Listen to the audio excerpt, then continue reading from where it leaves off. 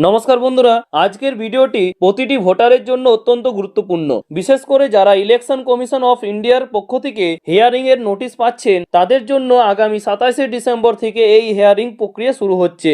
আপনি যদি এই ধরনের কোনো নোটিশ পেয়ে থাকেন তবে সেন্টারে যাওয়ার আগে আপনাকে কি কি প্রস্তুতি নিতে হবে, কি কি প্রশ্ন আপনাকে করা হতে পারে এবং কোন কোন অরিজিনাল নথি সাথে রাখতে হবে, আর তার বিস্তারিত গাইডলাইন নিয়ে আমি আজকের এই ভিডিওতে সাজিয়েছি। তাই ভিডিওটা শেষ পর্যন্ত দেখুন যাতে আপনার ভোটার কার্ড নিয়ে কোনো সমস্যা না হয়। এবার চলে আসি যে প্রথম পয়েন্টে কি, সেটা হচ্ছে আপনাদের অনেকের মনে হয়তো প্রশ্ন জাগছে, সেটা হচ্ছে কি যে হিয়ারিং কেন হচ্ছে এবং কাদের ডাকা হচ্ছে। প্রথমেই জানাই যে এই হিয়ারিং কেন, মূলত এনুমারেশন ফর্ম ফিল আপ করার সময় যারা 2002 সালের ভোটার তালিকার সাথে নিজেদের সরাসরি যোগসূত্র বা লিঙ্কেজ প্রমাণ করতে পারেননি তাদেরই কিন্তু এই নোটিশ কিন্তু পাঠানো হয়েছে। প্রথম দফায় প্রায় 30 লক্ষ ভোটারকে কিন্তু ডাকা হচ্ছে।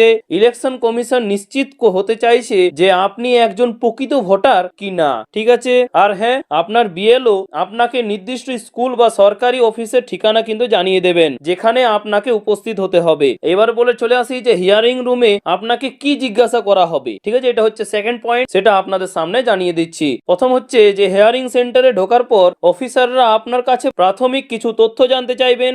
এক হচ্ছে আপনার সঠিক জন্ম তারিখ মানে ডেট অফ বার্থ কত, ঠিক আছে। দুই হচ্ছে আপনার এনুমারেশন ফর্মে আপনি কি কি তথ্য দিয়েছিলেন। আর তিন হচ্ছে আপনার কাছে 2002 সালের কোনো লিঙ্কেজ ডকুমেন্ট আছে কিনা।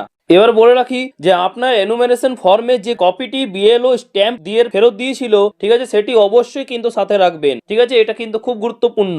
আর এবার 3 নম্বরে তোমাদের চলে আসি যে সবচেয়ে বড় প্রশ্ন, সেটা হচ্ছে বয়স অনুযায়ী নথিপত্র কি দেবেন। আর এটা কিন্তু সবচেয়ে গুরুত্বপূর্ণ অংশ, কেননা আপনার জন্মসাল অনুযায়ী নথিপত্রের ধরন আলাদা হতে পারে। চলুন জেনে নেওয়া যাক। এটারও কিন্তু 3টি পয়েন্ট রয়েছে। সেটা কি? প্রথম পয়েন্ট যে 1 জুলাই 1987 আগে জন্ম হলে নির্বাচন কমিশনের তালিকায় থাকা 13টি নথির যে কোনো একটি অরিজিনাল দেখালেই হবে। কিংবা 2 হচ্ছে 1 জুলাই 1987 থেকে 31 ডিসেম্বর 2003 এর মধ্যে জন্ম হলে আপনার নিজের একটি নথি এবং আপনার বাবা অথবা মায়ের যে কোনো একজনের অরিজিনাল সাথে আনতে হবে। তাছাড়া 3 নম্বর পয়েন্ট হচ্ছে 1 জানুয়ারি 2004 এর পর কিন্তু জন্ম হলে আপনার নিজের নথির পাশাপাশি বাবা এবং মায়ের উভয়েরই নথিপত্র সাথে রাখা বাধ্যতামূলক, ঠিক আছে।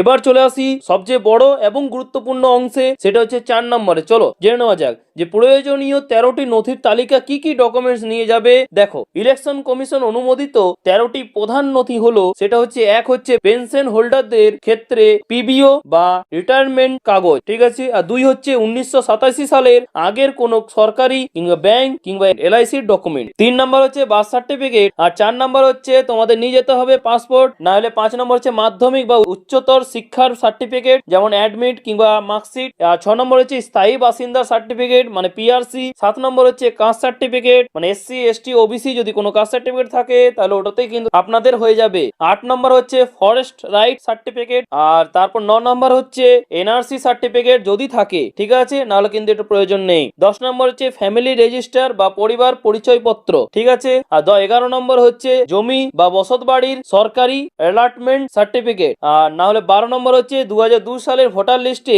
নিজের বা আত্মীয়ের নাম থাকার প্রমাণ। আর 13 নম্বর হচ্ছে লাস্ট যেটা, সেটা হচ্ছে আধার কার্ড। মনে রাখবেন শুধু আধার কার্ড যথেষ্ট নয়, আধারের সাথে উপরে যে কোনো একটি নথি অবশ্যই অরিজিনাল নিয়ে যেতে হবে, না হলে কিন্তু আপনাদের হবে না। চলুন এবার 5 নম্বরে যেটা পরামর্শ, যেটা ইম্পর্টেন্ট, সেটা যে কিছু বাড়তি পরামর্শ কিন্তু আপনাদের সাথে শেয়ার করছি। সেটা হচ্ছে যদি এনুমারেশন ফর্ম জমা দেওয়ার সময় আপনি কোনো নথি দিতে ভুলে গিয়ে থাকেন, ঠিক আছে, যেমন জেঠু কাকা বা দাদুর কোনো কাগজ, তবে হিয়ারিং এর দিন সেটি নিয়ে যেতে পারেন, ঠিক আছে। অফিসারদের বুঝিয়ে বলুন যে এটি আপনার রক্তের সম্পর্কের আত্মীয়ের নথি, ঠিক আছে।